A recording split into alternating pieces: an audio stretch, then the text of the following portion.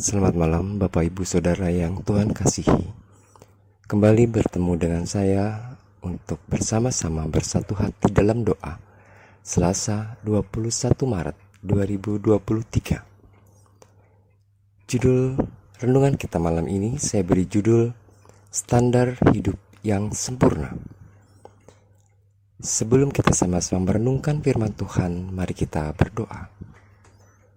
Bapa yang baik, bukalah hati dan pikiran kami untuk merenungkan firman-Mu malam ini. Amin.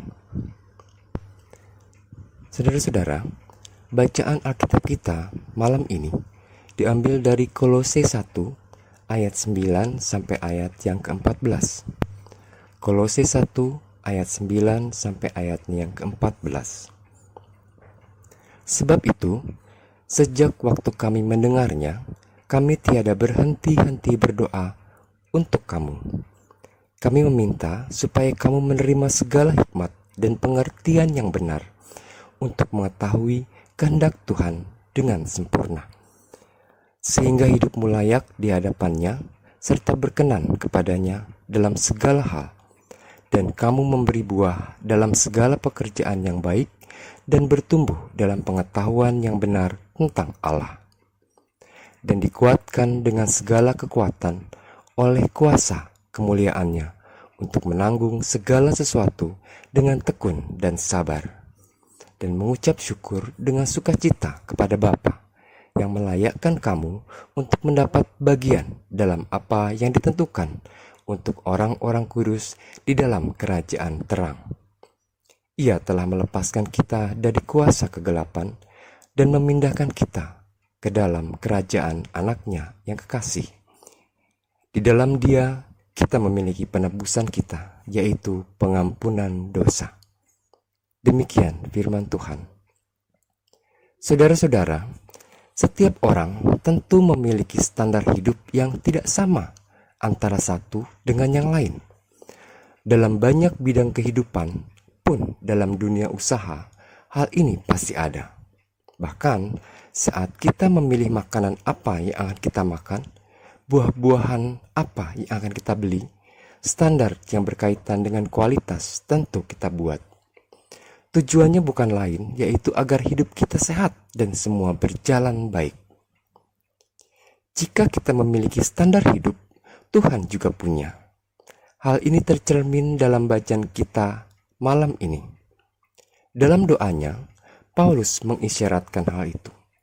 Doa Paulus memperlihatkan kepada kita bagaimana seharusnya hidup menurut standar Allah. Yang pertama, layak. Layak di hadapannya dalam segala hal. Keseluruhan hidup seseorang Kristen tentunya haruslah layak di hadapan Tuhan. Kita tidak boleh hidup sesuka hati. Kita tidak boleh hidup semau kita sendiri. Kedua, kita memberi buah. Hidup seharusnya memberi buah. Itu berarti ada karya yang dirasakan oleh orang di sekitar kita. Tukang sayur pun dapat memberi buah ketika ia melayani pelanggannya dengan harga wajar. Hidup yang berbuah adalah tujuan hidup kita, sehingga setiap orang merasakan bagaimana buah yang kita berikan dalam kehidupan ini. Yang ketiga, Paulus ingin agar kita dapat menanggung segala sesuatunya dengan tekun dan sabar. Kehidupan kita tentu ada banyak hal, baik itu pergumulan dan permasalahan. Namun, kita diharapkan untuk dapat menanggung semuanya itu dengan tekun dan sabar. Namun, pada nyatanya, tidak setiap orang Kristen itu bisa melakukan hal itu. Namun, inilah standar yang Allah berikan.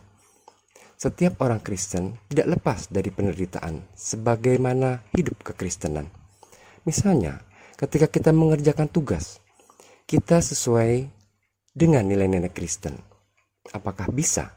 Namun, inilah yang harus kita terapkan.